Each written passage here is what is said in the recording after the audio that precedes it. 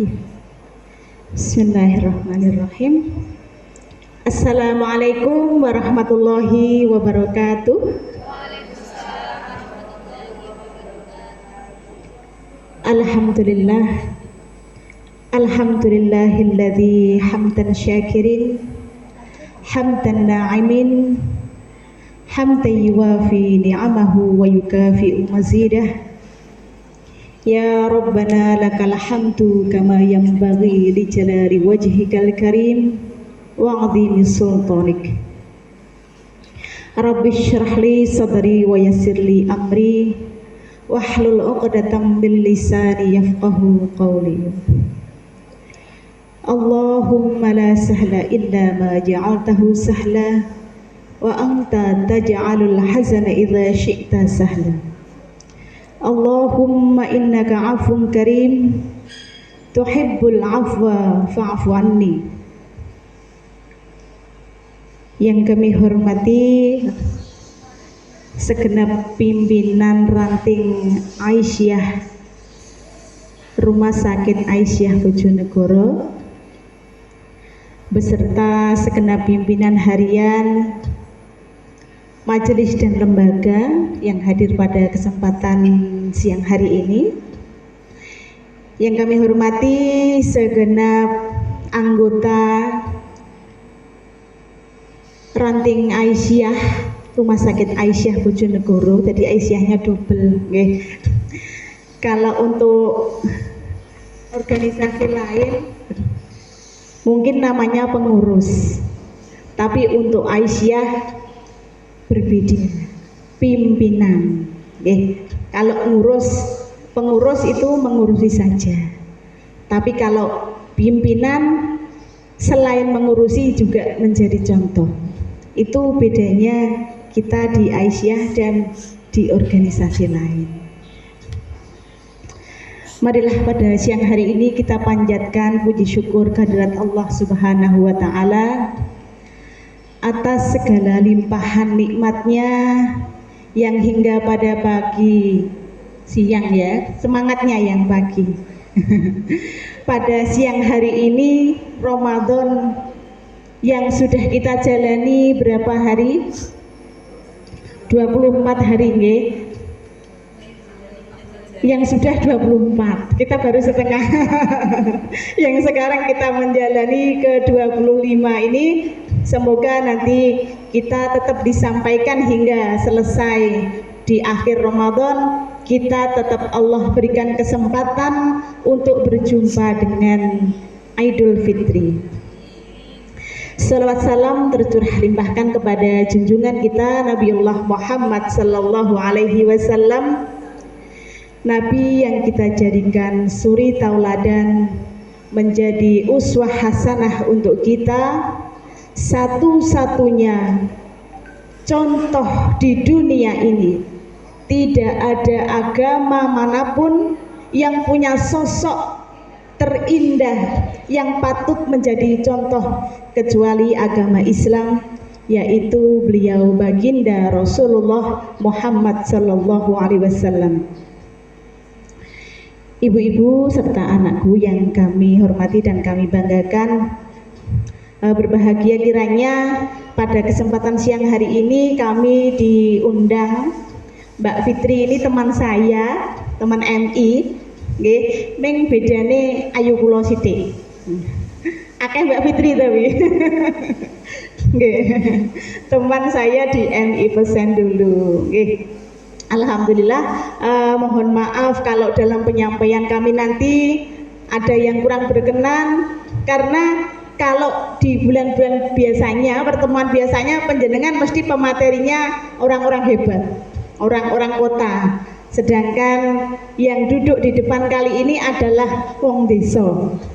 Dan saya itu sudah kulina, kulina amang Jawa. Saya kalau ngisi kajian itu seringnya berbahasa Jawa. Jadi mohon maaf apabila nanti dalam penyampaian materi terceletuk bahasa Jawa yang mungkin karena panjenengan orang-orang kota kurang paham, jadi mohon dimaklumi. Nggih. Terima kasih, nggih.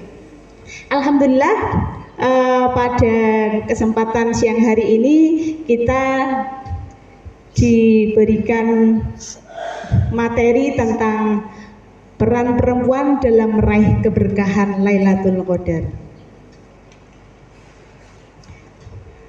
Sebagaimana dalam Al-Quran surat Al-Qadr ayat 1 sampai 5, mohon izin kami bacakan. A'udzu billahi minasy syaithanir rajim. Bismillahirrahmanirrahim. Inna anzalna fi lailatul qadr wa ma adraka ma lailatul qadr. Lailatul qadri khairum min alfi syahr. Tanazzalul malaikatu warruhu fiha bi'idzni rabbihim min kulli amr. Salamun hiya hatta matla'il fajr. Shadaqallahul azim. Yang artinya sesungguhnya kami telah menurunkan Al-Quran pada malam kemuliaan. Jadi malam itu adalah malam yang sangat mulia, hadiah dari Allah untuk kita yang sedang berpuasa. Jadi yang diberi hadiah hanya orang-orang yang berpuasa. Anak saya bertanya begini, "Ma, saya sedikit bercerita nggih. Tadi saya ketemu orang sudah dewasa, tapi loh kok makan pukis loh mas pagi-pagi." Nah pada bulan Ramadan, awal Ramadan kemarin, sudah besar, sudah dewasa bapak-bapak kok makan di depan anak kecil, kan gitu. Kita sampaikan, ya, memang perlu disampaikan karena ibu-ibu, kenapa anak kecil sering bertanya tentang agama, tentang ilahiyah, bagaimana dia dilahirkan, bagaimana Allah, di mana Allah dan seterusnya. Ternyata karena fitrahnya kita adalah bertauhid. Agama apapun anak kecil itu, ia senantiasa menanyakan Tuhannya. Karena fitrahnya semua yang lahir dalam keadaan Islam. Makanya kalau kita menyampaikan ke anak kita salah, akan menjadi konsep yang salah pula pada kehidupan kelak ketika ia dewasa. Karena yang diperintahkan berpuasa hanya orang-orang beriman, bukan orang Islam. Kita lanjutkan. Sesungguhnya kami telah menurunkan Al-Quran pada malam kemuliaan. Dan tahukah kamu apakah malam kemuliaan itu? Malam kemuliaan itu lebih baik daripada 1000 bulan. Pada malam itu diturunkan malaikat-malaikat, dan malaikat Jibril dengan izin Allah mengatur segala urusan. Malam itu penuh kesejahteraan sampai terbit fajar. Jadi mungkin kalau selama ini kita memahami malam Lailatul Qadar itu hanya mulai di sepertiga malam terakhir. Para ulama sependapat bahwa malam Lailatul Qadar dimulai sejak senja hari. Mulai maghrib itu sudah bisa turun malam Lailatul Qadar sampai beberapa menit menjelang waktu subuh. Jadi waktunya lama. Kalau pada Ramadan kali ini, apalagi pada Ramadan kali ini terjadi perbedaan di BIM, Brunei, Indonesia dan Malaysia itu berbeda. Kalau hari ini kita masuk Ramadan ke-25, di sebelah negara kita di Brunei dan di Malaysia ke-24 berbeda. Jadi tidak menutup kemungkinan malam ganjil di sini malam genap di sana, malam genap di sana, malam ganjil di sini. Jadi malam Lailatul Qadar kita cari dan kita pinta kepada Allah setiap saat. Tidak memilih-milih di malam ganjil saja, karena bisa saja itu berada di malam yang kita anggap genap, namun di situ turun Lailatul Qadar. Next. Apa itu malam Lailatul Qadar? Lailatul Qadar berasal dari bahasa Arab Al-Lailatul Qadar, yang berarti malam kemuliaan. Jadi malam itu sangat Allah muliakan, hingga saking mulianya malam itu lebih dari kemuliaan 1000 bulan. Bukan 1000 bulan, tapi lebih dari 1000 bulan.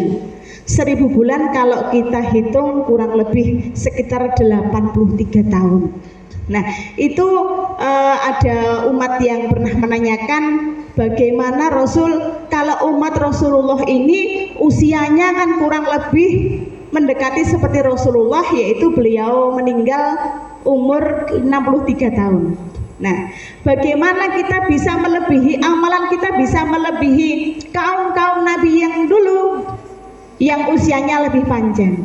Nah, ternyata Allah Maha mengetahui, Allah Maha bijaksana, Allah kirimkan malam Lailatul Qadar yang kemuliaan malam itu melebihi 1000 bulan. Malam ini disebut dalam Al-Quran sebagai malam yang penuh berkah dan lebih baik dari 1000 bulan. Malam ini malam turunnya Al-Quran. Malaikat turun ke bumi dengan membawa keberkahan dan ketenangan. Jadi Al-Quran, Al-Quran itu diturunkan bertahap 2 kali. Fase turunnya Al-Quran terjadi 2 kali. Kalau selama ini mungkin kita tahunya nuzulul Quran, Al-Quran yang diturunkan kepada Rasulullah saat Rasulullah di Gua Hira. Namun nuzulul Quran atau proses turunnya Al-Quran mengalami 2 fase. Fase yang pertama, Allah turunkan Al-Quran dari Lauh Mahfud. Dari Lauhil Mahfud turun ke langit dunia. Sedangkan tahap kedua, Allah turunkan dari langit dunia ke bumi yang dibawa oleh malaikat Jibril sebagai perantara, disampaikan kepada Rasulullah Shallallahu Alaihi Wasallam. Ini nanti sampai jam berapa, Mbak? Sampai jam 13.45. Oke, kita cukupkan nanti. Oke. Terus kapan terjadinya Lailatul Qadar? Oke.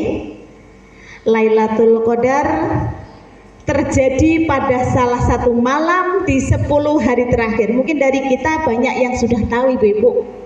10 malam terakhir berarti mulai maghrib di 21 Ramadan hingga 30 Ramadan, sebelum subuh itu adalah waktu terjadinya Lailatul Qadar. Atau kalau dulu kita kenal hanya di malam-malam ganjil. Namun para ulama berpendapat karena banyak terjadi perbedaan waktu Ramadan, awal Ramadan, jadi kita kejar malam Lailatul Qadar tidak hanya di malam-malam ganjil seperti yang saya sampaikan tadi, tapi di setiap malamnya. Dalam hadis Bukhari Muslim, Al-Bukhari Muslim, carilah Lailatul Qadar di malam ganjil dari 10 malam terakhir di bulan Ramadan. Ibu-ibu, tidak ada jaminan kita masih berjumpa dengan Ramadan yang akan datang.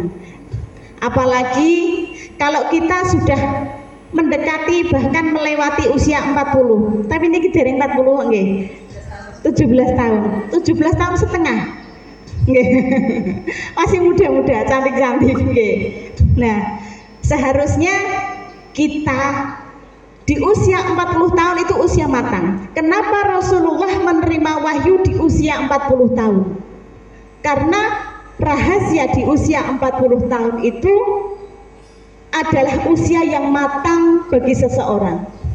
Setelah kita berjibaku dengan urusan dunia sebelum usia 40 tahun, seharusnya setelah usia 40 tahun kita senantiasa mengingat kematian. Tidak ada jaminan kita hidup di Ramadan 1447 yang akan datang. Tidak ada jaminan. Cek. Oke. Karena kematian itu sejatinya nomor kocok, bukan nomor urut. Kalau nomor urut berarti sing sepuh-sepuh dulu. Oh, mbahku dulu. Oh, baru ibuku. Aku sek suwe, anakku guring-guring. Nah, hancur dunia ini. Nah, karena maha adilnya Allah, maha taunya Allah, dijadikan kematian itu sebuah rahasia. Kakak kelas saya beberapa hari yang lalu, Mbak Ika Faida, ternyata juga sudah berpulang, meninggal di rumah sakit Aisyah. Tetangga saya umurnya 36 tahun, berangkat mau terapi, ternyata pulangnya sudah dalam keadaan jenazah. Kita pun ketika sekarang sedang berada di sini, tidak ada jaminan kita bisa kembali ke rumah dalam keadaan hidup. Nah, karena itulah Allah jadikan Rasulullah di usia 40 tahun adalah usia yang matang. Setelah 40 tahun kita harus yakin bahwa kematian itu semakin dekat. Makanya ketika Ramadan seperti ini, apalagi ini di akhir Ramadan, kita tidak mengambil hadiah dari Allah yang berupa malam Lailatul Qadar, sangat disayangkan. Karena apalagi di kayak ibu-ibu di sini masih dinas, ini habis piket ya, shift pagi. Nah, tapi masih menyempatkan, luar biasa. Jadi panjenengan duduk di sini ketika itu mendapatkan Lailatul Qadar sama dengan belajar selama lebih dari 1000 tahun. Ketika kita membaca Al-Quran, sama halnya dengan membaca Al-Quran terus menerus lebih dari 1000 tahun. Lebih dari 1000 tahun. Apapun amal kebaikan yang kita lakukan ketika kita mendapatkan Lailatul Qadar, pahalanya lebih dari 1000 tahun.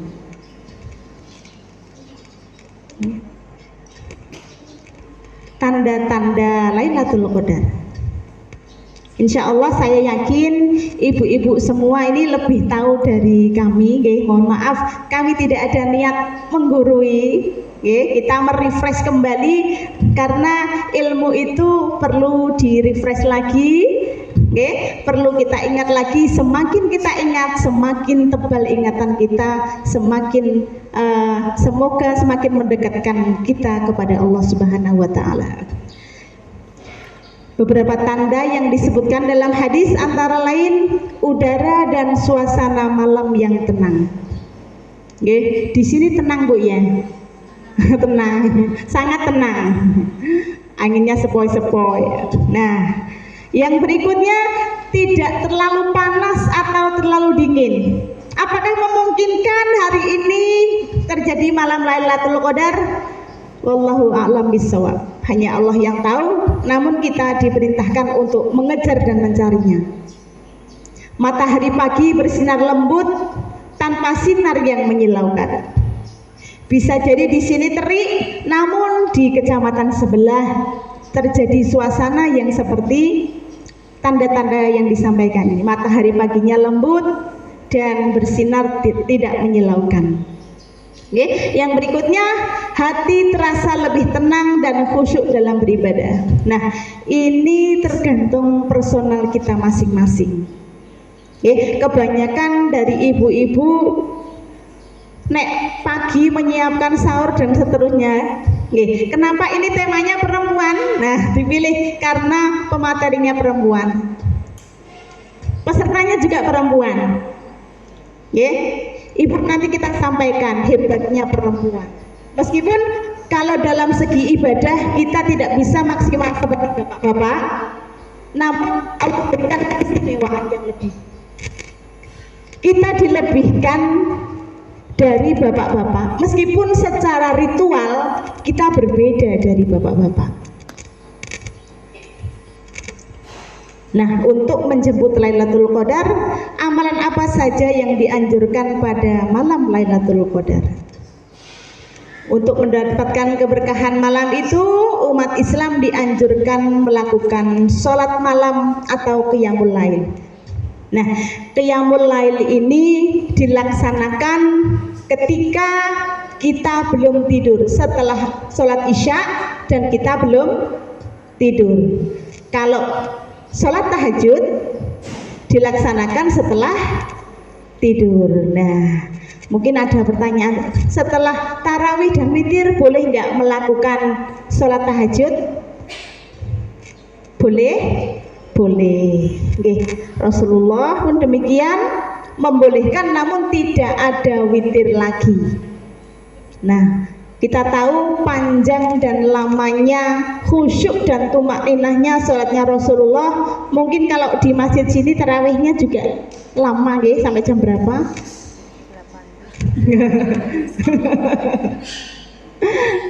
Kalau di Masjid At-Taqwa itu sampai jam 9 lebih. Nah, yang berikutnya yaitu kita sholat tahajud. Seperti yang tadi kami sampaikan, sholat witir dan sholat lainnya sangat dianjurkan untuk mendapatkan pahala besar. Jadi diperbanyak. Setelah kita sholat tarawih bisa ditambah lagi sholat tahajud, sholat witir. Kalau sudah witir di masjid berarti tidak usah lagi. Memperbanyak membaca Al-Quran. Nah, ini yang sering menjadi kebingungan di masyarakat kita. Bagaimana kalau kita sedang haid? Kalau bapak-bapak bisa membaca Al-Quran setiap saat, setiap waktu. Dulu itu saya pernah Mary sama bojo saya.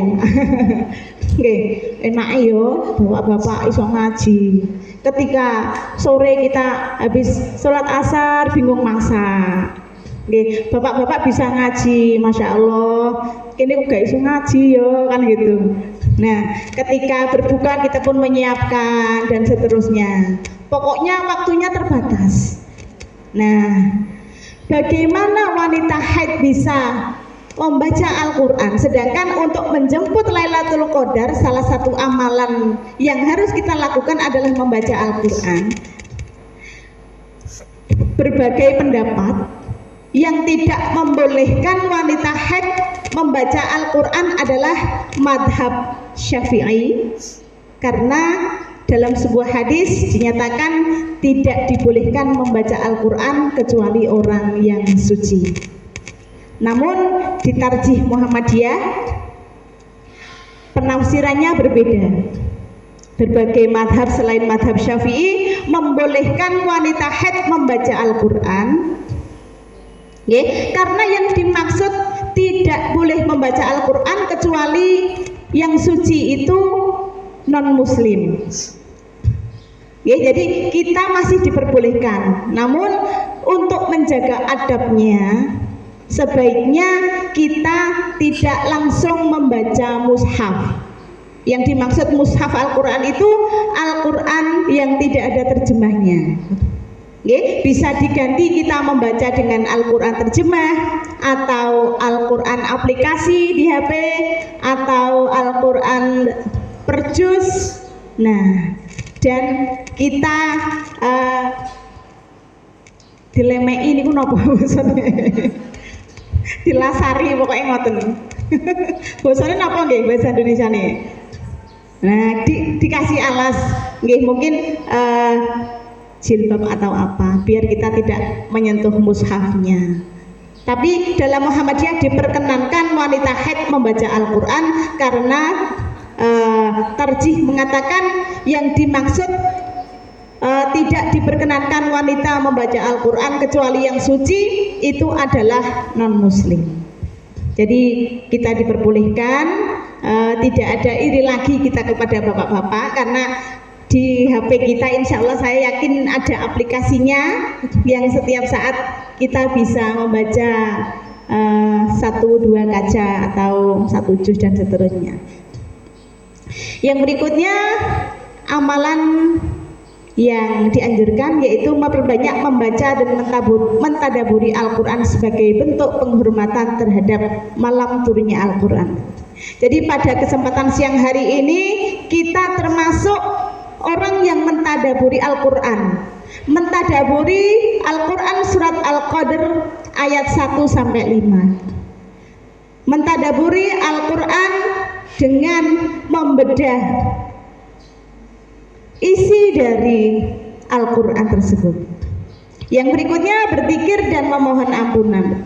Nah, kalau berzikir dan memohon ampunan ini Bu, ini insya Allah semua bisa melaksanakan. Penjenengan yang perawat bisa sambil melayani pasien dan seterusnya tetap berzikir.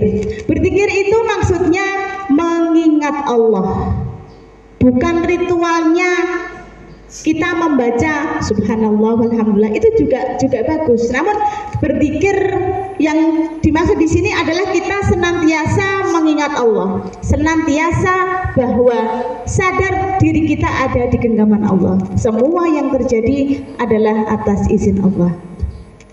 Berzikir dan memohon ampun. Sebagaimana kita pernah melihat kisah bahwa orang yang gemar beristighfar, memohon ampun kepada Allah, kita yakin bahwa dosa-dosa kita sangat banyak. Insya Allah ketika kita gemar beristighfar, semua hajat kita, semua doa kita akan dikabulkan. Dalam sebuah cerita kita pernah melihat seorang pembuat roti yang ketika beliau membuat roti mulutnya komat kamit membaca istighfar. Ketika kita ngantuk pun astagfirullahaladzim, tidak apa-apa. Iya, memang waktunya istirahat siang. Tidak apa-apa, kita maklumi, tidak apa-apa. Tapi kita senantiasa dalam diri kita senantiasa memohon ampunan kepada Allah. Sebagaimana contoh pembuat roti tadi, beliau senantiasa tidak lepas dari istighfar yang semua hajatnya, semua doanya terkabulkan kecuali satu, pengen ketemu dengan Imam Ahmad bin Hanbal. Dan akhirnya pada suatu kejadian, singkat cerita, insya Allah lain waktu bisa kita sampaikan, doanya pun dikabulkan, bisa berjumpa dengan Imam Ahmad bin Hanbal. Yang terakhir yaitu amalannya banyak-banyak berzikir dan membaca doa yang diajarkan Rasulullah Sallallahu Alaihi Wasallam. Doanya seperti yang disampaikan Ibu MC tadi, insya Allah sudah hafal, doa malam Lailatul Qadar yang diajarkan Rasulullah sudah hafal, kita bacakan lagi. Allahumma innaka afun karim tuhibbul afwa fa'fu anni. Nah, itu doa yang diajarkan Rasulullah, yang artinya, ya Allah, sungguh aku mohon maaf, Engkau yang pemurah, Engkau yang menyukai maaf, oleh karena itu maafkanlah aku. Sejatinya diri kita itu yakin, kita yakin kalau kita itu sudah banyak dosa. Bu, mulai pagi tadi sampai siang hari ini, kira-kira panjenengan sudah punya dosa apa belum? Sudah. Yakin ya semuanya ya, termasuk diri saya pribadi. Insya Allah kita termasuk manusia yang penuh dosa. Makanya kita persaksikan kepada Allah bahwa kita banyak dosa. Kita minta maaf kepada Allah. Nun sewu dari sebuah kisah, ibu ternyata kalau ada ini sependek yang kami tahu bukan hadis, fitnah lebih kejam dari pembunuhan itu. Nun sewu, Biasanya ibu-ibu ini yang sering terjadi, tapi tidak menutup kemungkinan itu terjadi pula pada bapak-bapak. Contohnya begini, ketika kita mendapatkan sebuah informasi, ini saya mengajak diri saya pribadi dan panjenengan semua, jangan keburu menjustis atau melabeli seseorang itu buruk. Kalau kita mendapatkan informasi, misalnya si A ini loh, tadi loh, endak napa yo, endak gonceng mbek wong lanang umpamane. Jangan keburu-buru kita menerima informasi itu dari salah satu pihak. Karena tidak sedikit dari kita yang senang mencari teman untuk memusuhi musuh kita. Golek bolo ben iso musuhi si A. Itulah perlunya tabayun. Sakit, Bu.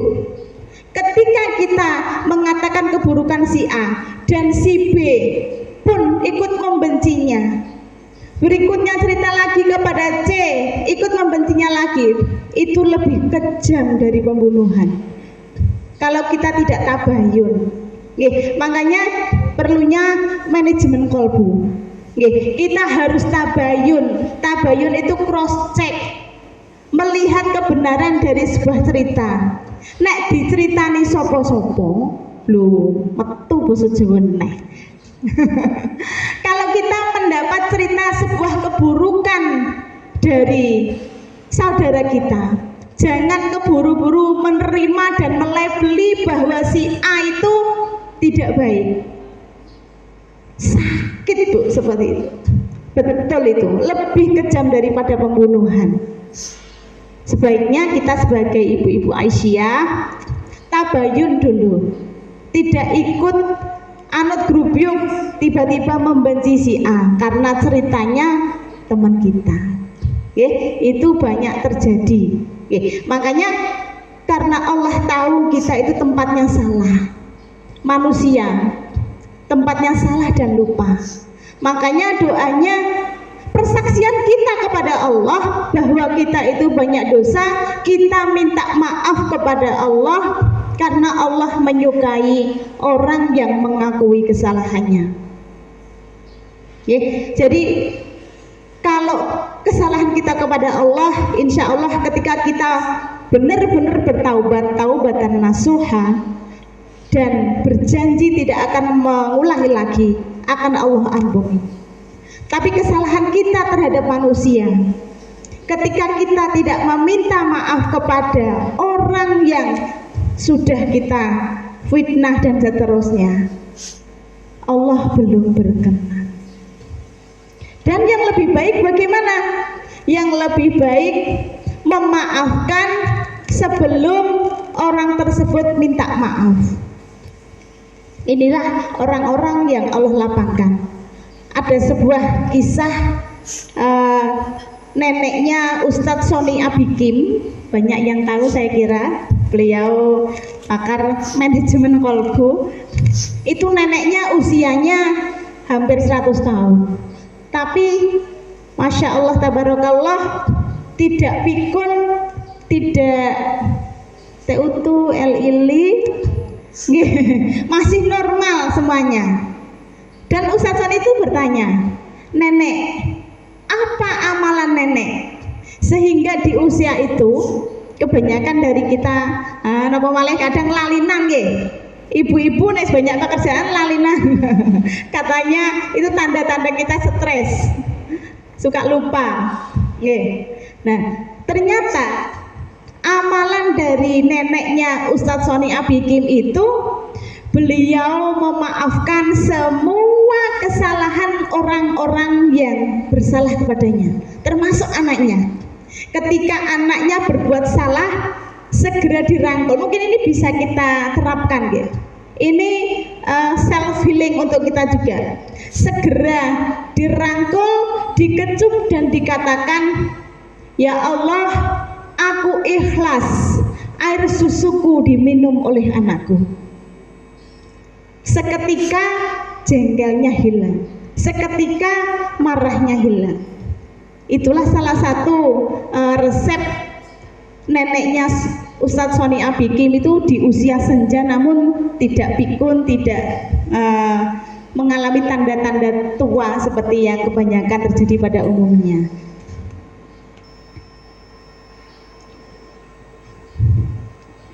Mengapa kita harus mengejar Lailatul Qadar? Kita percepat nggih. Kita next. Karena sampai 45 ya. Nggih, sebentar. Nah, ini yang menuju ke judul kita pada siang hari ini. Apa saja peran perempuan dalam meraih keberkahan Lailatul Qadar? Yaitu peran perempuan ini sangat penting dan tidak bisa diremehkan. Antaranya memperbanyak ibadah. Ibu wanita ketika ia bangun, bahkan sebelum bangun, menjelang tidur pun, nuwun sewu, ibu-ibu ini sami sakali kula ta mboten? Sama dengan saya apa tidak? Tidurnya paling belakang, bangunnya kalau di rumah paling cepat, nggih. Nah, rata hampir semua gitu nggih. Pokoknya di rumah emak-emak itu bangunnya paling cepat, paling awal, dan tidurnya paling akhir. Okay. Anak saya itu mendengar itu, mama lo tidurnya lo paling belakang mesti. Menyiapkan dulu. Nah, ketika kita terjaga lebih awal hingga terlelap di paling akhir di antara anggota keluarga kita, itu bisa menjadi ibadah, Bu. Ketika itu kita niatkan untuk mengabdi kepada suami, kita beribadah. Pernikahan adalah ibadah terpanjang dan terlama. Satu-satunya ibadah terpanjang dan terlama adalah pernikahan. Makanya setiap yang kita lakukan dalam pernikahan itu kita niatkan beribadah kepada Allah, itu bisa menjadi sebuah ibadah. Ya, makanya kalau secara ritualnya kita berbeda dengan bapak-bapak. Bapak-bapak wis gak ngurusi, kita masih ngurusi anak-anak, ngurusi rumah, ngurusi makanan, masih ngurusi lain-lain. Secara ritual memang kita jauh, nggih. Bapak-bapak bisa khusyuk, nggih. Ibadahnya bisa datang lebih awal. Tapi kalau wanita, kalau emak-emak, nggak tahu kalau ibu-ibu yang di kota ini. Mungkin sudah punya pembantu ya nggak tahu, nggak ada. Nah, semua bisa bernilai ibadah. Makanya ketika setan itu sifatnya, kalau iblis itu wujudnya. Iblis ketika ditanya oleh jenderalnya iblis, apa prestasi yang kamu perbuat? Apa prestasi yang kamu dapatkan hari ini? Aku sudah mengajak ini minum minuman keras. Oh, itu masih remeh. Aku sudah ngajak ini mencuri, masih remeh. Tapi ketika iblis itu mendapatkan prestasi, bisa menghancurkan sebuah keluarga, itu prestasi tertinggi seorang iblis dari masternya iblis. Kalau kemaksiatan kecil belum dianggap prestasi. Namun ketika iblis berhasil menghancurkan sebuah keluarga, menjadikan seorang istri berani kepada suaminya, menjadikan seorang istri tidak menghargai suaminya dan seterusnya, apapun itu sebuah prestasi bagi iblis yang sudah bisa menghancurkan keluarga, apalagi sampai bercerai. Na'udzubillah min dzalik. Peran kita berikutnya yaitu memohon ampun kepada Allah dengan membaca doa seperti yang kita bacakan tadi. Yang selanjutnya, dalam konteks keluarga, perempuan menjadi pionir, menjadi ujung tombak di keluarganya tersebut untuk ikut serta dalam ibadah bersama, tukang ngobrai, tukang ngajak, tukang mengingatkan. Kalau di rumah itu seolah-olah yang menguasai ibu-ibu, memang kita, dari susunan tubuh kita, memang Allah ciptakan demikian. Makanya putihnya kornea mata kita itu lebih lebar dari bapak-bapak. Karena sunatullahnya kita diciptakan menjadi penguasa rumah. Jadi siapa di kanan kiri kita terlihat.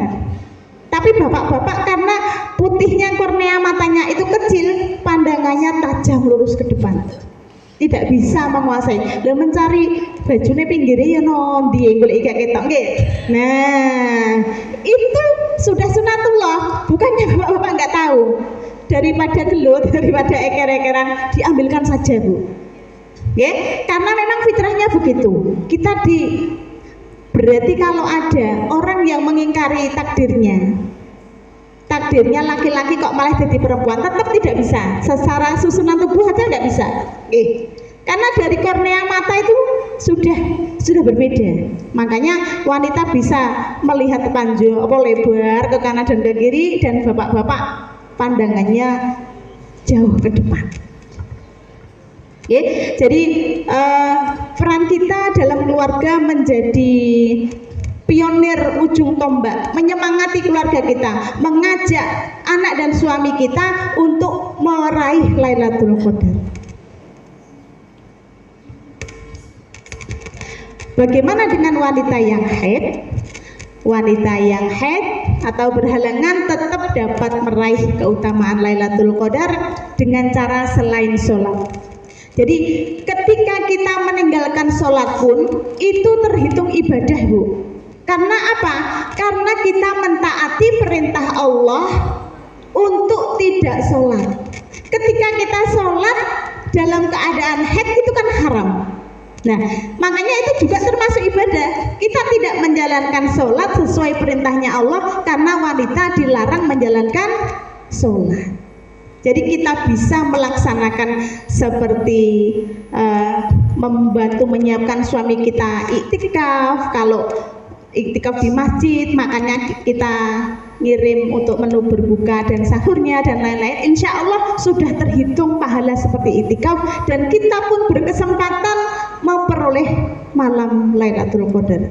Malam Lailatul Qadar adalah penentu kehidupan kita di 1 tahun yang akan datang, di mana kita akan meraih keberkahan. Keberkahan di sini yaitu dari kata barokah yang artinya bertambahnya kebaikan, bertambahnya kemaslahatan pada diri dan usia kita, bertambahnya kebaikan dalam setiap keadaan. Jadi insya Allah ketika kita mendapatkan Lailatul Qadar, kedepannya kita akan lebih baik. Sebagaimana ketika doanya orang sakit,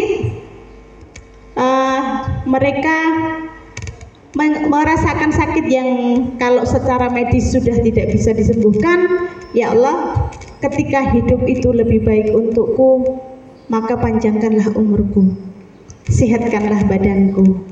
Namun ketika hidup tidak lebih baik menurutmu, maka hamba ikhlas menerima apapun takdirmu. Jadi ketika kita berserah diri, kita berpasrah kepada Allah, nah, dan kita mendapatkan malam Lailatul Qadar itu, insya Allah 1 tahun ke depan kita akan lebih baik dan kehidupan kita akan senantiasa berada pada kebaikan dan keberkahan.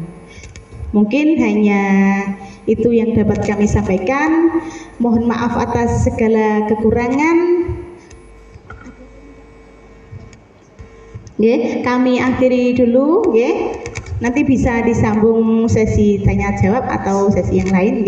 Terima kasih. Mohon maaf atas segala kekurangan. Billahi fi sabilil haq. Nasrum minallah wa fathun qarib. Wassalamualaikum warahmatullahi wabarakatuh. Waalaikumsalam warahmatullahi wabarakatuh.